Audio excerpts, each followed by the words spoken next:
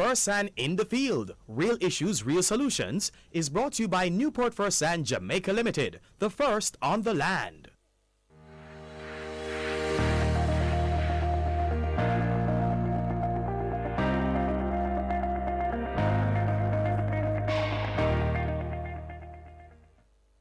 It's now time for Fersan in the Field, Real Issues, Real Solutions. And this morning we have a very packed schedule for you.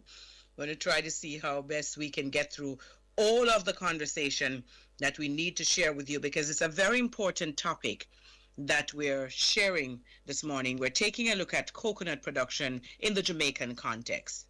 We're joined by Melvin Henry, Technical Manager, Newport-Fersan, Jamaica Limited. Good morning, Melvin. Welcome back to the show. How are you? Good morning, Altia. Good morning to our listeners. I'm doing fine, and it's a pleasure being back. Happy to have you as on with us as always. For this segment of the show, we are going to focus primarily, Melvin, on the whole issue of, well, I suppose, laying out what the issues are and getting a sense of exactly what is going on in the industry. Let me just introduce Dr. Wayne Myrie as well, who is plant pathologist with the Coconut Industry Board. Dr. Myrie, good morning and welcome back to the show. How are you? Thank you very much for having me. Good morning to your listeners and good morning to my colleagues online. Good. I'm happy to be here. Good to have you with us. And just to let the listeners know that a little bit later on, we're going to be joined by a coconut farmer out of Wilmington, St. Thomas, that is Devon Fuller. We'll also have Dion Clark Harris, Cardi representative in Jamaica. She's an entomologist with the Caribbean Agricultural Research and Development Institute, Cardi. And she'll be joined by Desrina Delancey, who is a coconut technician. So you can listen out for all of that because we're going really deep with coconuts this morning. Let me start with you, Melvin. As an input supplier, what would you say accounts for the ease with which you can have this kind of collaboration that we're talking about this morning? In fact, you have dubbed it a tripartite collaboration. How are you able to do this, to build these kinds of relationships?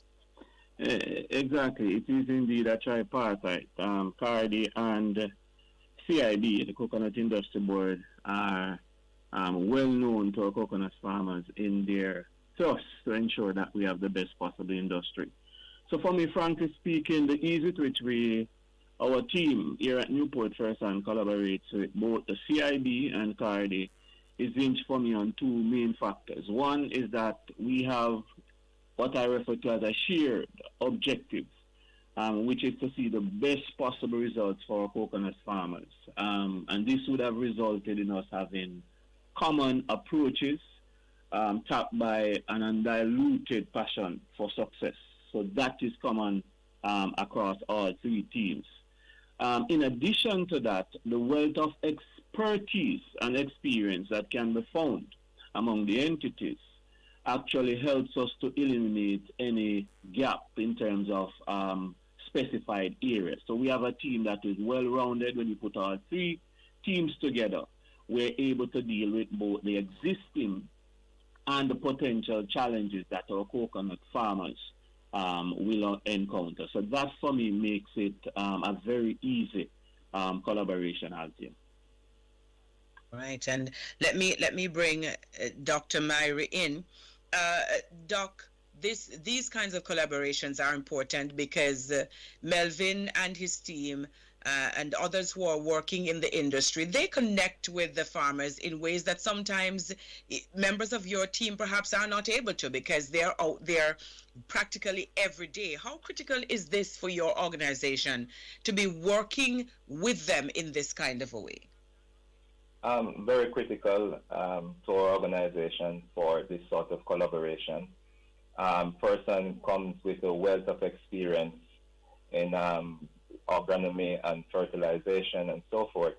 Our farmers have the need to do proper agronomical practices to improve the cultural methods that are used in the field so that it can impact coconut production. Because at the end of the day, what we want our farmers to have is good production, good nuts, to be sold so that they can make money. And Fersan do come with that wealth of experience. So the collaboration for us with Fersan is very good.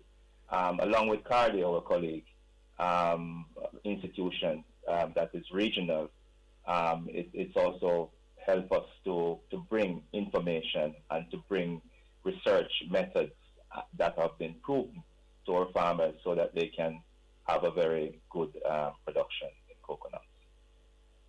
Right.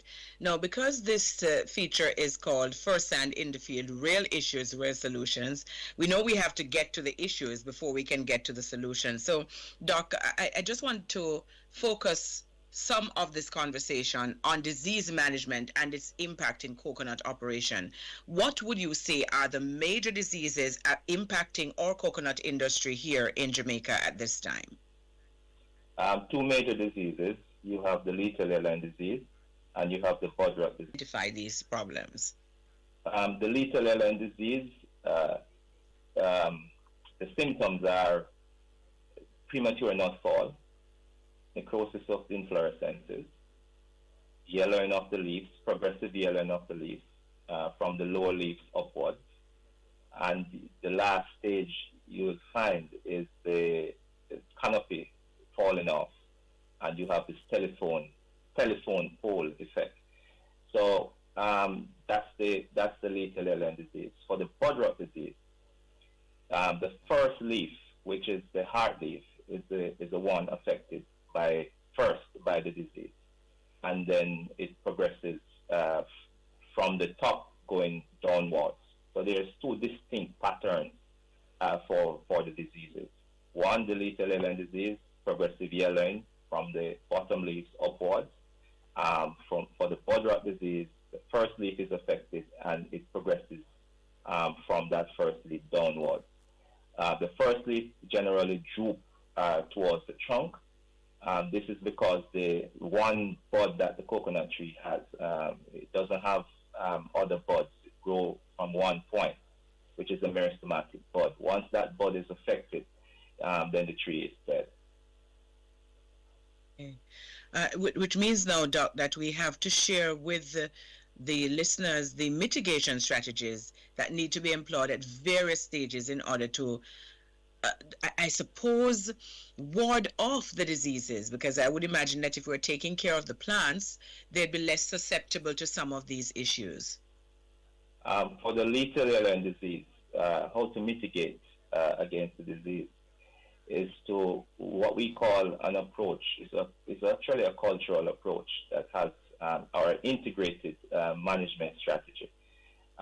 You first have to identify that the disease is on your farm, and doing so is critical because the first sign of the disease is when it's critical to remove the trees that are affected, and removing those trees not only from where it is in the field, but out of the field, because you want to reduce the inoculum, which is the infected agent, the bacteria. You want to reduce that load so that the insect that transmits the disease won't have the capability to transmit the disease to other trees. So it's critical to do so. And then you plant another tree, because we say the tree you plant today will be the tree that will come into bearing 3 years later.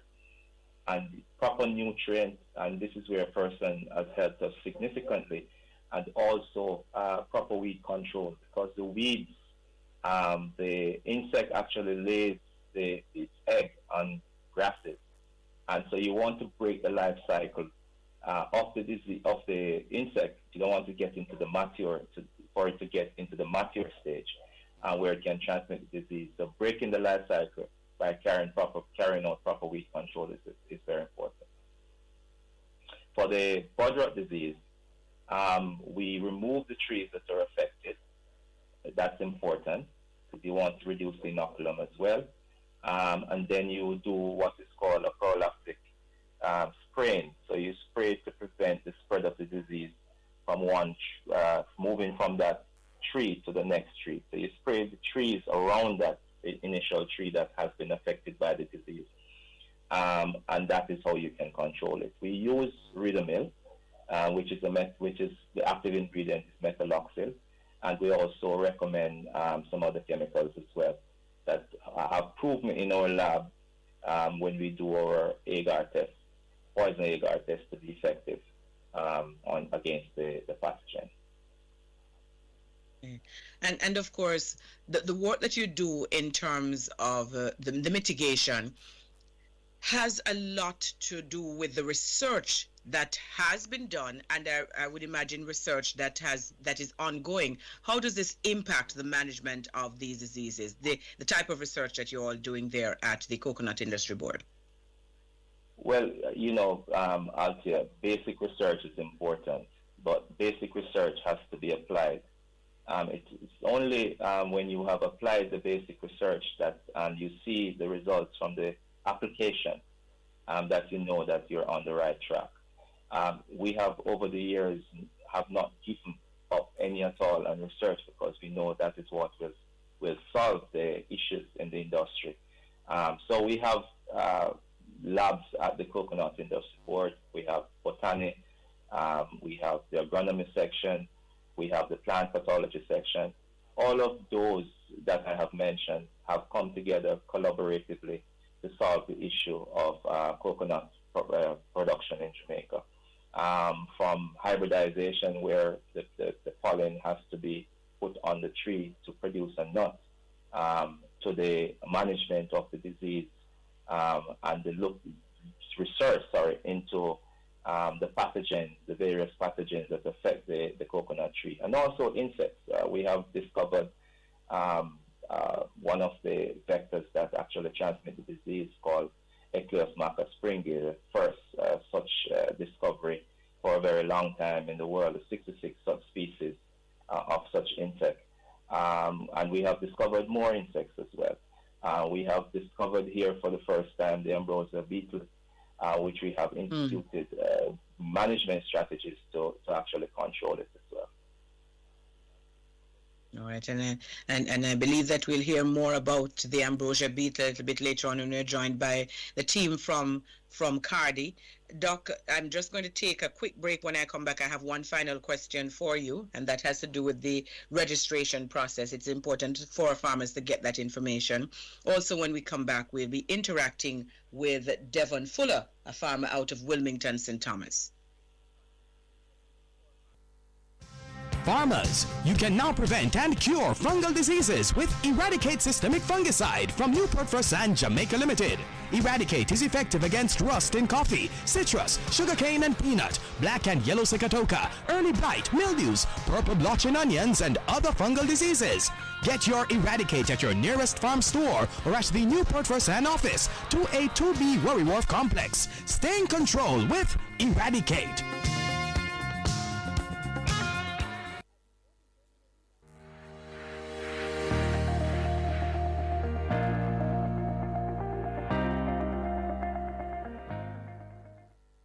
All right, so full house here on Farm Talk this morning for Fersan in the Field, Real Issues, Real Solutions. We have a number of guests: Melvin Henry, Technical Manager, Newport-Fersan; Dr. Wayne Amari, Plant Pathologist. Later on, we'll hear from Dion Clark Harris and Desrina Delancey from the Caribbean Agricultural Research and Development Institute, CARDI, and we have also waiting to have conversation with us Devon Fuller, coconut farmer out of Wilmington, St. Thomas. But before I get to Mr. Fuller, let me just get some critical information from Dr. Mary about the registration process, because Doc, I know that there are farmers across this island who are probably facing some of these challenges that you've spoken of, but they have not reported and they have not given information, perhaps because they have not even registered as a coconut farmer. So can you just quickly walk us through that registration process and how it is that farmers can access the technical assistance?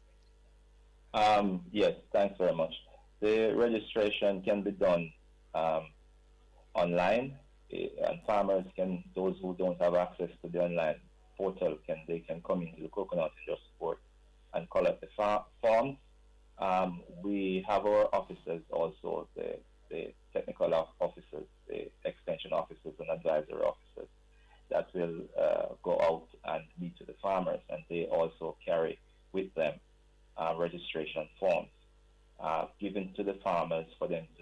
filled out and returned to the Coconut Industry Board. Basic questions are on the farm, on the form, such as your name, full name, your where the farm is located, how many acres of coconut you have, do you have any issues, that can also be put on the form. And then, our officers, once there are issues, our officers will visit those farms to see what situation is and to advise the farmers accordingly.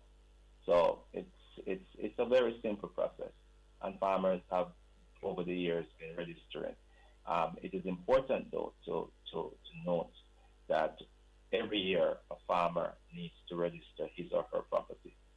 For the simple reason, many things can change. You can have some of the trees being removed by diseases, so we need to have good handle as to what the population is on your farm, and this advises the officers and the administration how to administer various packages that we normally make available to farmers.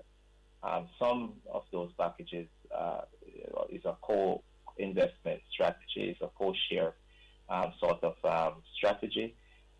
Others, because we provide technical services, technical information free of cost to the farmers, using our own resources. Thank you so very much, Dr. Myrie. One of these mornings, I'll have you and the team members from the Coconut Industry Board on, as we usually do on the program, for extended conversation. But thank you very much for providing context, for helping us to better understand what is happening with these issues that farmers are likely to face on their farm. Actually, we hope they don't face them on the farm, but if they do, at least they will know what to do. Thank you so very much. If we get any questions for you, I'll try to see if we can just have you jump right back in. Unfortunately, we don't have enough lines to be able to carry everybody at the same time. But thank you so very much for your perspective and for sharing your wealth of knowledge with us. Thank you very much for having me. It was a pleasure. Take care. Dr. Wayne Myrie, they're plant pathologist with the Coconut Industry Board. And now, of course, because we have these kinds of challenges, we naturally have to talk to the farmers as well to get a sense of what is going on. And of course, I will get back to Melvin Henry. He's been largely silent, but with good reason, because we're trying to ferret out the issues, and then, of course, we're jumping in with the solutions as well. So let us introduce Devon Fuller, who is a farmer out of Wilmington, St. Thomas. Good morning, Mr. Fuller. How are you? I trust your year is off to a good start. Hey, good morning. Yes, thank you very much. Good. Good to have you on with us. How long have you been a coconut farmer? I would say about fully in the business, I think about going 9 years. Okay. Excellent. Yeah. So you have been in long enough to assess the issues, the challenges, and of course to reap some of the rewards, which is good. It has not always been honky-dory, because I understand you have had challenges. So describe to us what was happening on your farm prior to an intervention that I understand you had from CIB, Cardi, and Newport-Fersan. What are some of the issues you were facing? Okay. I was facing some issues. Within I have some coconut that planted about 4 years, and I never was getting anything from it, nothing at all. So I didn't know much about the coconut mites, to tell you the truth, until Cardi come in and explain to me and show me, say I have a little problem.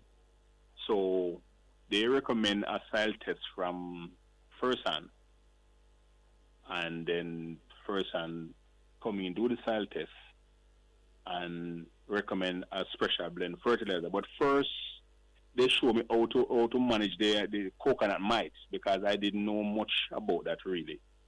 So by cleaning and controlling that, then that's when I'd get the soil test done, and Fersan come in and make a special blend fertilizer, and that's where I started to see a little improvement, because the problem that I used to face is the coconut, if they bear, in 3 to 4 weeks, I noticed the young coconut just fall off the tree, not holding up, none at all.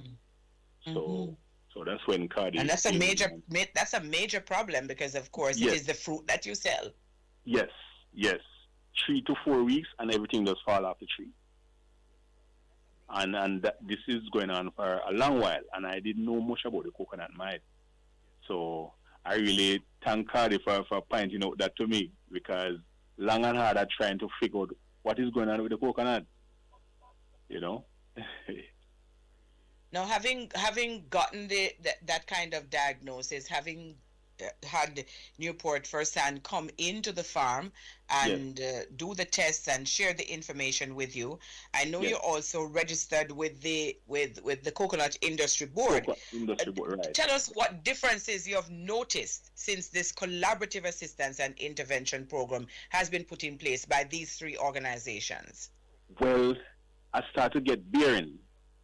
The coconuts start to bear, and I watch them for, let's say, a month and a half, and nothing fall off. And I managed to get in coconut now. I know I'm not getting the full effect as yet because it's kind of early, but I'm starting to see bearing now.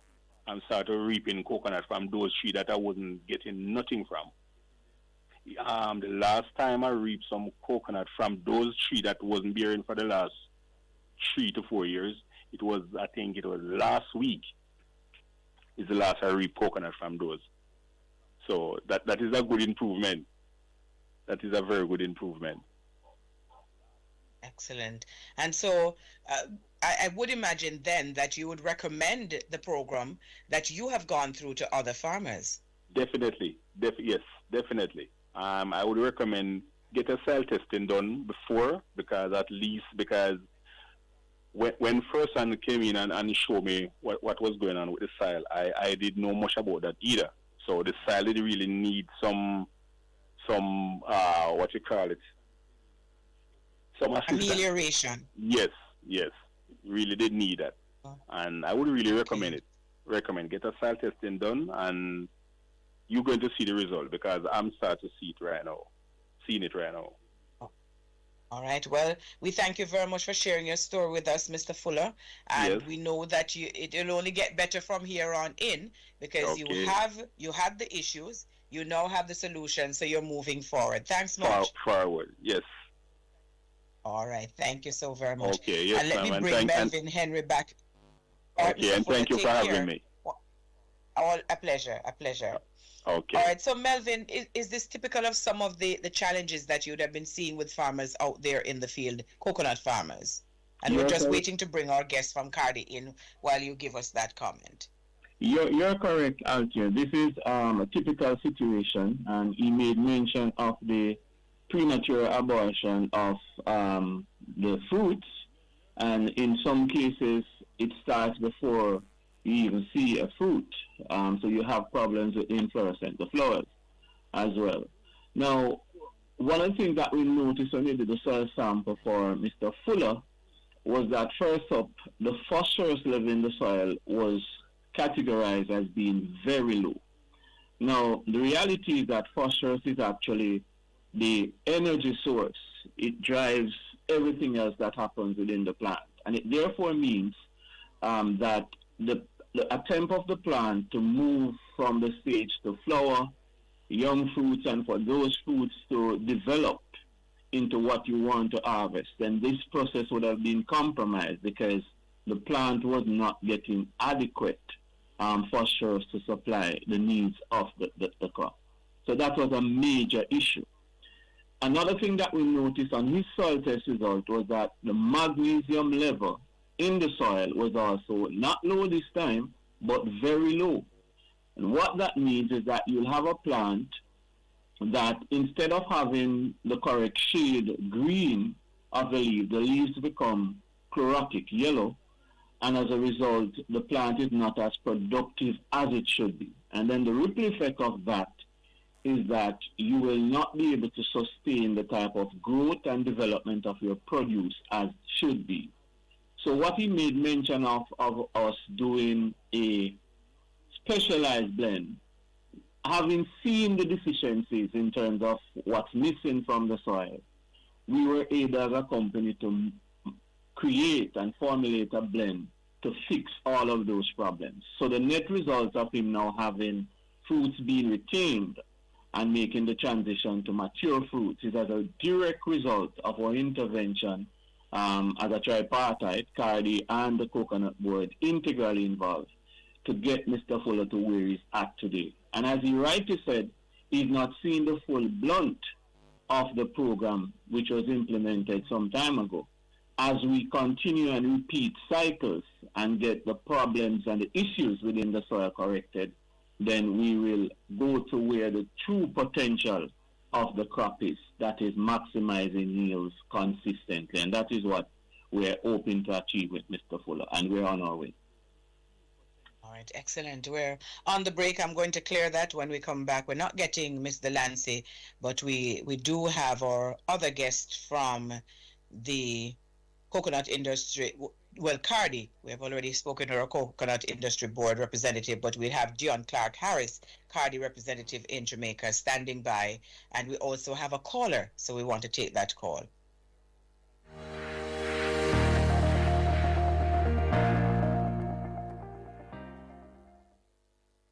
You're listening to Power 106 FM. The time is now 6:46.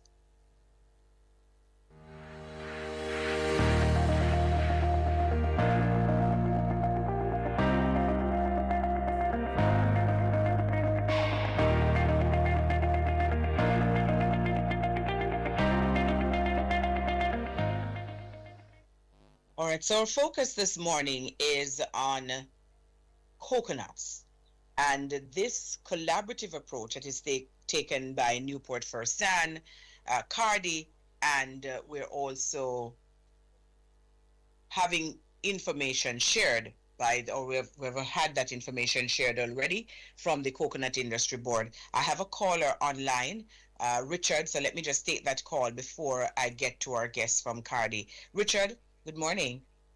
Miss Mark. My concern here that the bakery industry, we use a lot of shredded coconut, but that is imported from Thailand. I don't know if it is possible for it to be done locally.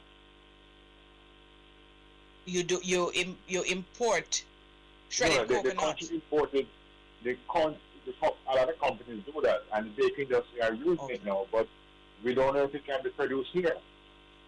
Okay, well, let me find out from our next guest. We now have them both on. We have with us Dion Clark Harris, CARDI representative in Jamaica. She's an entomologist with the Caribbean Agricultural Research and Development Institute. That is what CARDI stands for. Good morning, Mrs. Clark Harris. How are you? Dion? Hello? All right, not sure what is happening there. Desirina, are you there? Hello. Right. Yes, I'm not sure who I'm hearing first, though. Dion Clark Harris and Desirina Delancey. So who am I hearing? Who am I hearing first? I'm not sure. Are you hearing me? This is Dion Clark Harris. All right, Dion, I'm hearing you loud and clear. Let me see if I can hear Desirina now. Desirina, good morning. Good morning. All right, good to have you both on. All right, so as you join us, you have to jump right in because we have a question from a caller, Richard. He is in the baking industry. He notes that they use a lot of shredded coconut in their operations, but they're having to import the material from Thailand, and he wants to know where are we in terms of overall coconut production to be able to support this important ingredient that they use in the industry. You guys want to just go without me? Okay. We do have a thriving industry. We are trying to increase our productivity such that we can meet the varying needs for the value-added products that various entrepreneurs would like to have. The green coconut water industry is one of the main users of the coconuts produced, and you notice what I said, green coconut water. It's from the same tree that you would want to get the dry coconuts that are required for shredded coconut, right? But if the coconuts are removed at the green stage, then you would have less for those products that require dry coconuts. So one of the drives that we're on is just to increase the number of trees we have in Jamaica and also increase the productivity. So that's one of the reasons for the focus of the coconut project that CARDI, in partnership with the International Trade Center and with also partnership with the Coconut Industry Board, we have been working in this partnership to just look at all the gaps and be able to meet the needs of the local industry for whatever products that they need to make. So if they are importing shredded coconut, I'm going to assume that it's because they are not able to source on a consistent basis the volume. Dried. Yes, dried the coconut that they needed. need. But the Coconut Industry Board could speak a little bit more to that if I have left out anything. All right. Thank you so very much for that. And of course, we look forward to continuing to bring the issue to the fore, and we will speak with them and see what additional information we can get. Well, ladies, there are challenges in the sector. We have already touched on some of that. Richard, thank you very much for the call. We will continue to chart the progress of the issue for you. And one of the issues that was mentioned by the Coconut Industry Board representative, Dr. Myrie, is issues with ambrosia beetles. And then, of course, I know there are mites and mealybugs, which we've also touched on this morning. So can you then just share with us some of the work that is being done by CARDI in terms of giving us a sense of the impact of these various insect pests on coconut production? Okay. So the coconut mite, I'll speak on the coconut mite and to just say that it is not an insect, it's a mite. It's an arthropod with jointed legs like insects, but it is important to know that there are differences, because if you are going to address mites with a chemical solution, then you will have to get a miticide as opposed to an insecticide. And the biology of these pests would also be different. So I spoke of the coconut mite, and this mite is what causes these large areas of brown scars that you will see on the coconuts. Many people don't realize that it is due to an insect pest. And in fact, light scarring of the husk is not serious, but when the nuts become heavily scarred, they can become distorted and they can actually reduce the size of the nut by up to 70%.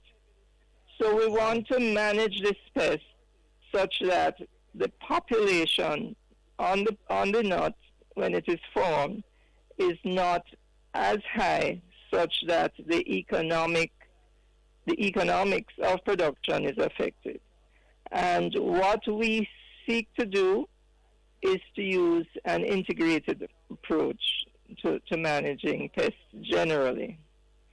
The other mite that affects coconut is the red palm mite, and this tends to affect leaves and is more important when the plant is a seedling or a young tree. And these both insects, they remove the sap from the leaves and the nuts, respectively, and therefore we want to manage that, because removing the sap can lead to yellowing of the leaves, drying of the young leaves, and they eventually fall off. And in the case of the coconut mites on the nuts, they feed under that cap where the nut is attached to the tree, and in doing so, the young nut may fall prematurely. So, which is what we have been hearing about since we started this morning. I'm running out of time. I've already sent Melvin a message to indicate that clearly we need a part two for this conversation. So let me just see if I can bring Desrina in, because agronomic practices, I think, and good agronomic practices will make a difference in terms of the outcomes of the farmers. What do you suggest? And I give you a minute and a half to tell me. Go ahead, Desrina. Good morning. Good morning. Thank you for having me. Well, one of the things that we really try to emphasize to our farmers is that they have to start from the ground up, so fertility management is really important. It's like, you want to be resistant to the flu, you don't want to be susceptible, you take your vitamins. And that's the kind of, the mindset that I'm trying to instill in the farmers. If you want robust coconut stands that can, withstand mites, can withstand other pests and diseases, you want to ensure that fertility management is the first form of defense.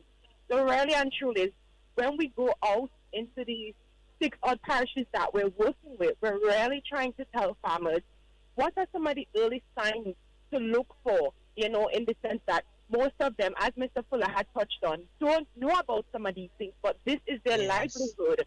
So we're really trying to teach these farmers about best practices and, of course, fertility management, understanding the pests and diseases that are targets of their crop.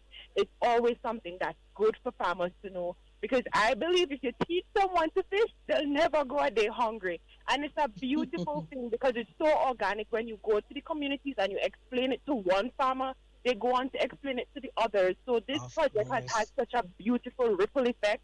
And of course, with Fertan joining onto the project and really emphasizing fertility management and not just going to the store and buying random fertilizers that you don't know if that is exactly what your soil needs and so forth, is really the move that we need here to continue boosting our coconut industry.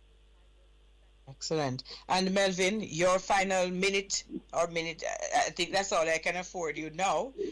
But I have sent you a message. I say, listen, we need a part 2. So quickly, tell us what farmers can expect going forward from you as you help them to overcome some of these challenges. And then tell us about the training that you have coming up. Okay, so as was said just now by Team Cardi and Mr. Fuller earlier, our role and function in this is really to facilitate soil health, and we facilitate that through soil analysis and also the formulation, the special formulations of fertilizers that will bring solution and prevent issues, rather than, as was just said, the random purchase of any fertilizer. In reality, we are seeing the results. We have seen it in other crops. It's the same approach as it relates to fertility management. And as a result of that, we're encouraging our farmers to indulge in the practice. As it relates to training activities as we speak, and might I add that our lead, for example, in St. Thomas on this project was our agronomist in charge of research and development, Mr. Danavan, Pryce. And as I speak, he's already in the parish of St. Thomas, despite living in St. Catherine. So that's how committed he is to the process. Today he's at the Golden Grove Farmers Association in collaboration with RADA in Golden Grove, and they'll be looking at hydroponics production. So he'll be the lead as it relates to the nutrient management aspect in hydroponics in Golden Grove at 10 a.m. this morning. Thank you very much, Melvin, and thank you as well to our other guests for having made this a very impactful conversation this morning. Melvin, you need to come back with a part 2, so that is my assignment for you. We say a big thank you to Dion Clark Harris, Desrina Delancey. Before that, we had Devon Fuller, and we also had with us Dr. Wayne Myrie.